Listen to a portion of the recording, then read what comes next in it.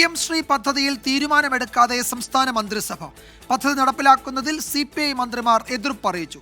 വിശദമായ കൂടിയാലോചനയ്ക്ക് ശേഷമേ വിഷയത്തിൽ മന്ത്രിസഭ തീരുമാനമെടുക്കൂ എന്നാണ് തിരുവനന്തപുരം ബ്യൂറോ റിപ്പോർട്ട് ചെയ്യുന്നത്. ആർ ശ്രീജിത്ത് വിശദാംശങ്ങൾ നൽകും. തിരുവനന്തപുരത്ത് നിന്ന് ശ്രീജിത്ത്, എന്താണ് ഇക്കാര്യത്തിൽ ഇന്ന് മന്ത്രിസഭാ യോഗത്തിൽ നടന്ന ചർച്ചകളുടെ ഒരു പൊതു സ്വഭാവം? ഇന്നത്തെ മന്ത്രിസഭാ യോഗത്തിൽ ഈ PM ശ്രീ പദ്ധതിയുടെ കാര്യത്തിൽ കേരളം ഒരു തീരുമാനം എടുക്കുമെന്നായിരുന്നല്ലോ റിപ്പോർട്ടുകൾ ഉണ്ടായിരുന്നത്. വിജയകുമാർ, 2 വർഷമായി PM ശ്രീ പദ്ധതി നടപ്പിലാക്കുന്ന കാര്യത്തിൽ കേരളം തീരുമാനമെടുത്തിരുന്നില്ല. എന്നാൽ ഇതുമായി ബന്ധപ്പെട്ട ലഭിക്കേണ്ട പണം ലഭിക്കാതെ വരുമെന്ന് കണ്ടപ്പോഴാണ് സർക്കാർ ഈ പദ്ധതി നടപ്പിലാക്കുന്നതിനെ കുറിച്ച് ആലോചിച്ചത്. കേന്ദ്രവുമായി ധാരണാപത്രം ഒപ്പുവെക്കുന്നത് സംബന്ധിച്ച ചർച്ചകളാണ് മന്ത്രിസഭായോഗത്തിന്റെ അജണ്ടയിലേക്ക് വന്നത്.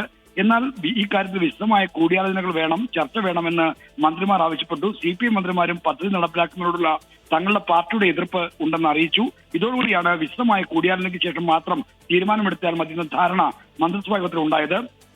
PM ശ്രീ പദ്ധതി നടപ്പിലാക്കുമ്പോൾ തിരഞ്ഞെടുക്കപ്പെടുന്ന സ്കൂളുകളുടെ ബോർഡിൽ PM ശ്രീ സ്കൂൾ എന്ന് രേഖപ്പെടുത്തണം.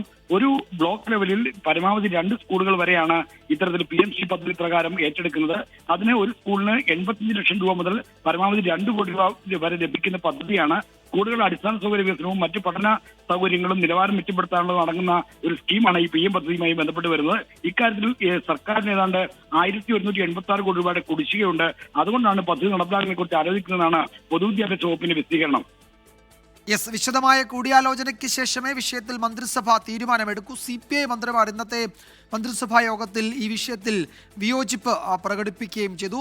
അതുകൊണ്ടാണ് PM ശ്രീ പദ്ധതിയുടെ കാര്യത്തിൽ തീരുമാനമെടുക്കാതെ ഇന്നത്തെ ക്യാബിനറ്റ് പിരിഞ്ഞത്. ശ്രീജിത്താണ് വിവരങ്ങൾ നൽകിയത് തിരുവനന്തപുരത്ത്.